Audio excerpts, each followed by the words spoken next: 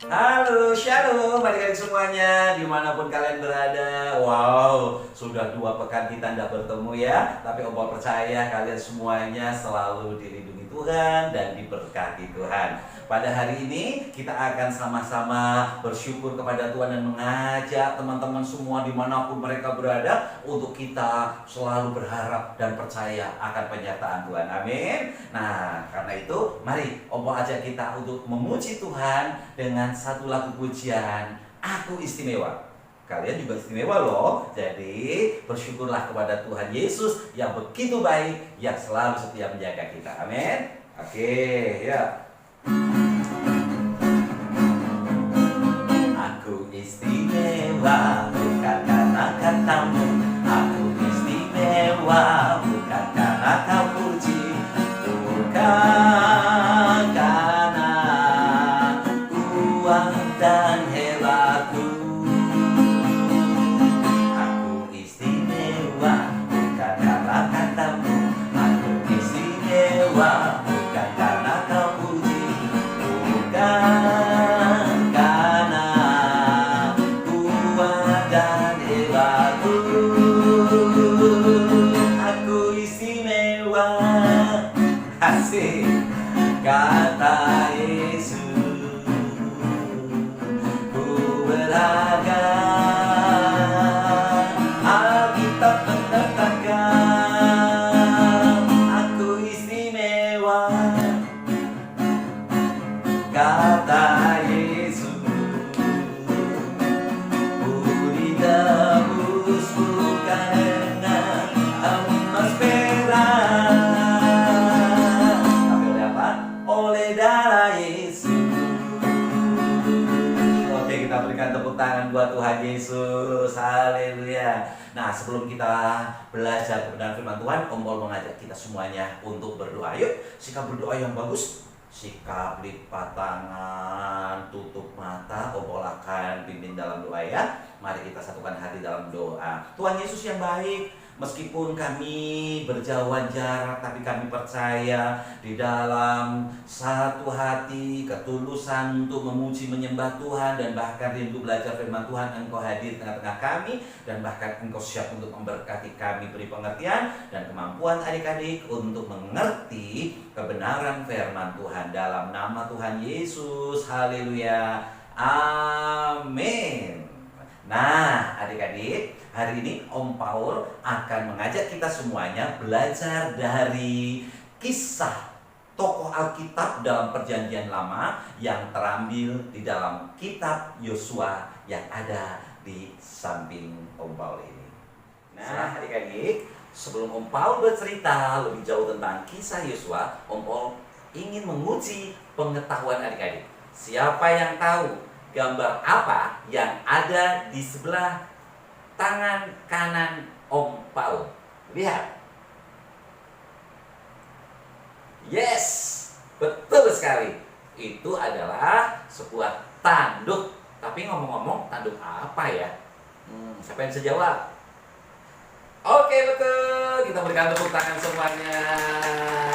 Itu adalah tanduk domba. Right, betul. 100 buat kalian semuanya. Tepuk tangannya dong yang lebih keras lagi. Nah, adik-adik, ada apa sih ya? Sesuatu yang menarik dari kisah tanduk ini? Sekarang ini Om mau nanya lagi kepada kalian semuanya.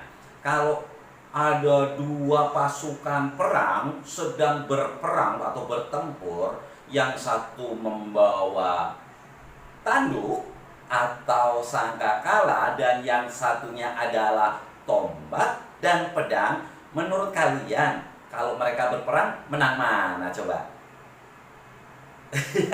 Kalian pasti bingung ya, takut dijebak ya. Nah, nggak usah perlu takut dijebak.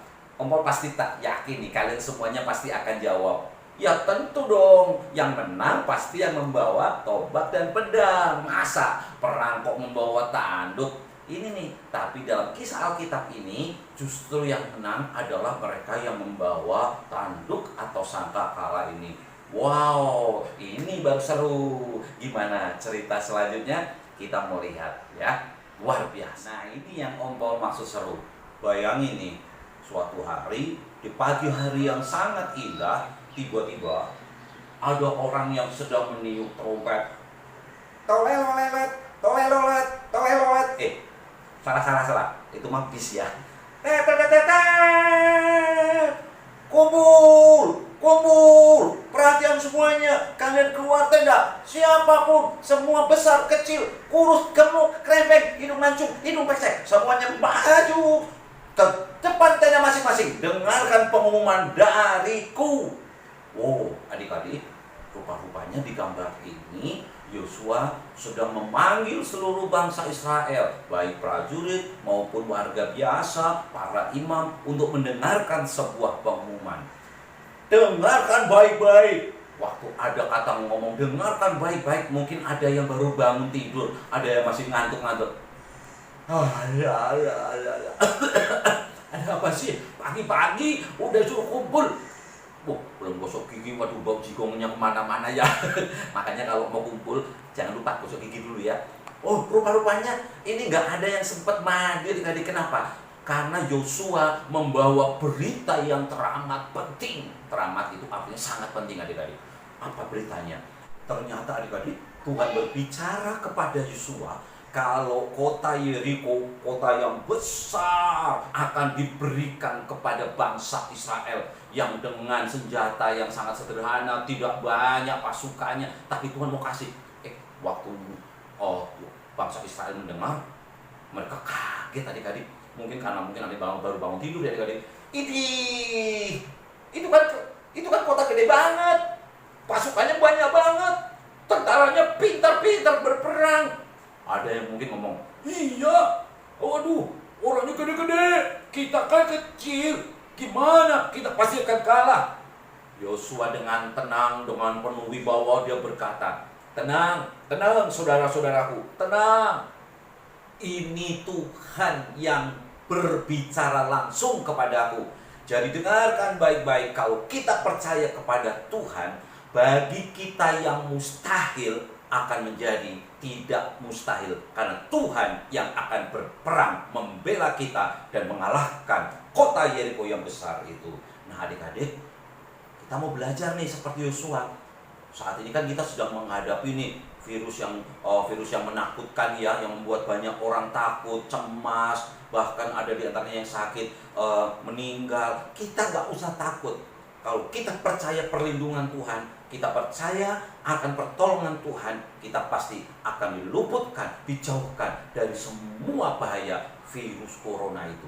Oke? Itu musuh yang harus dikalahkan. Kita minta tolong sama Tuhan. Nah, kisah selanjutnya apa yang terjadi?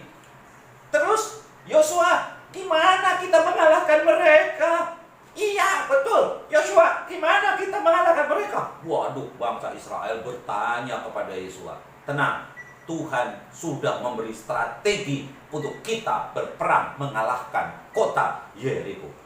Adik-adik, begini apa yang telah diatur oleh Tuhan sebagai strategi. Adik-adik, strategi apa yang diberikan Tuhan Allah kepada bangsa Israel?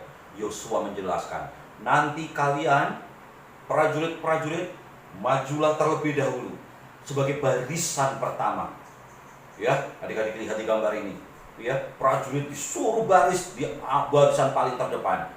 Lalu para imam, dia panggil 7 imam untuk menyiapkan sangkakala, karena dalam barisan itu sangkakala itu harus ditiup terus-menerus. Dan jangan lupa para imam harus menandu. Menandu itu memikul, mengangkat tabut Allah. Tabut Allah itu tempat untuk menyimpan 10 perintah Allah di situ. Tempat Tuhan hadir berbicara kepada umatnya.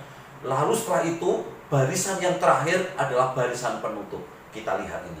Nah, setelah itu selama 7 hari itu terdiri 6 hari bangsa Israel disuruh mengelilingi satu kali itu satu putaran ya kerajaan kota Yeriko ini.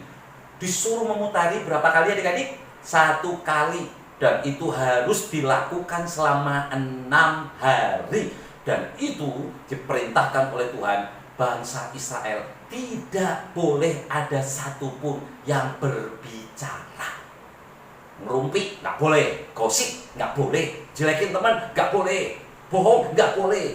Harus benar-benar taat, tenang, kunci mulutnya. Cuman disuruh puter, kecuali para imam tiup trompet. Trompet apa tadi namanya?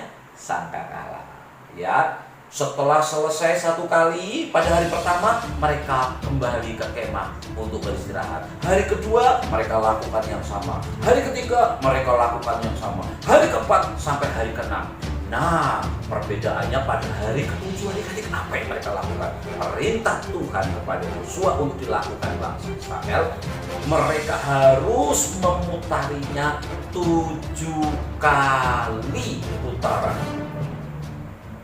Pertama, kedua, ketiga, keempat, kelima, keenam. Nah, pada putaran ketujuh, trompetnya itu dibikin panjang dan bangsa Israel diperintahkan untuk berteriak yang nyaring. Mungkin karena di dalam Alkitab katakan teriakannya itu apa? Mungkin kalau mau perkirakan teriakannya adalah Haleluya, Haleluya, Hosana, Allah yang maha tinggi, Allah yang berkuasa. Suruh teriak yang nyaring, lalu sangkakalanya harus ditiup yang keras.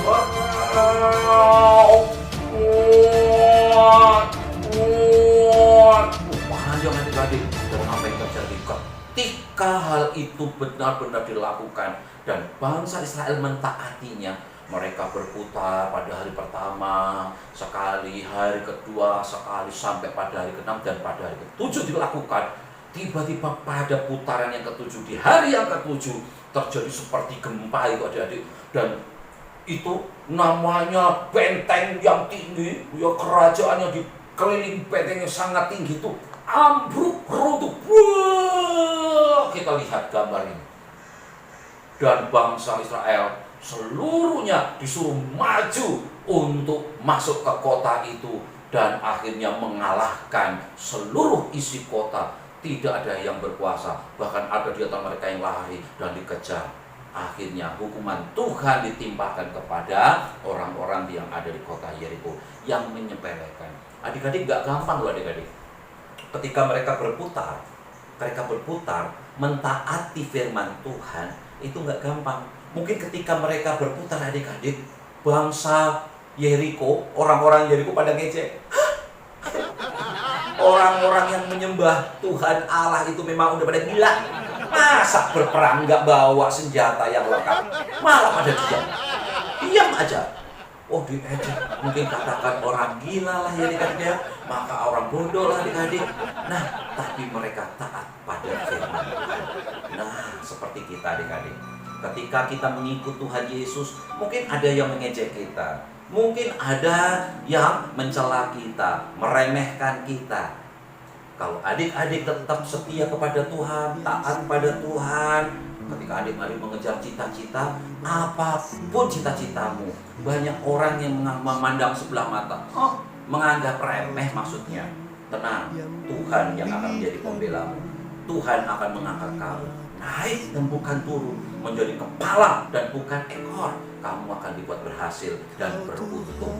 Apapun hambatannya, apapun rintangannya, Tuhan pasti akan tolong dan membuat engkau menjadi orang yang berhasil, sukses, diberkati Tuhan untuk memberkati banyak orang. Kuncinya tetap percaya, apapun saat ini masalah persoalan yang ada di sekitar kita, meskipun virus sudah kelihatan yang mematikan, dengar, kalau engkau percaya, tidak ada yang mustahil. Engkau pasti akan diluputkan dari semua bahaya, masalah, bahkan kuasa maut yang akan mencoba mengambil kita. Ditolak dalam nama Tuhan Yesus. Engkau akan hidup bersama Tuhan Yesus dalam kemenangan. Tuhan Yesus memberkati. Inilah kisah Yosua yang menarik. Ingat, sekali lagi kata kuncinya apa? Tidak ada yang mustahil bagi orang yang percaya. Ayat hafalan kita minggu ini terambil dari 1 Petrus 5 ayat 7 yang berbunyi, serahkanlah segala kekhawatiranmu kepadanya, sebab Ia yang memelihara kamu. Amin. Mari kita berdoa. Kita berdoa. Tuhan Yesus yang baik, terima kasih buat firman-Mu. Ajar kami untuk terus mempercayai Tuhan, taat dan setia apapun masalah yang ada di depan kami, di sekitar kami tetap yakin bahwa Tuhan pasti membela kami, Tuhan melindungi kami, dan kami akan menjadi pemenang. Karena itu Tuhan, kami serahkan adik-adik dimanapun mereka berada di dalam perlindungan Tuhan. Berkati mereka, berkati dengan hikmat, kepandaian, kesehatan, dan bahkan berkati kehidupan masa sekarang dan masa yang akan datang. Berkati orang tua mereka dimanapun mereka berada, senantiasa dalam penyertaan dan perlindungan Tuhan. Terima kasih. Kami akhiri ibadah kami pada hari ini. Terpujilah nama-Mu, di dalam nama Tuhan Yesus sama-sama kita katakan amin. Selamat pagi semuanya, shalom. Tuhan Yesus memberkati.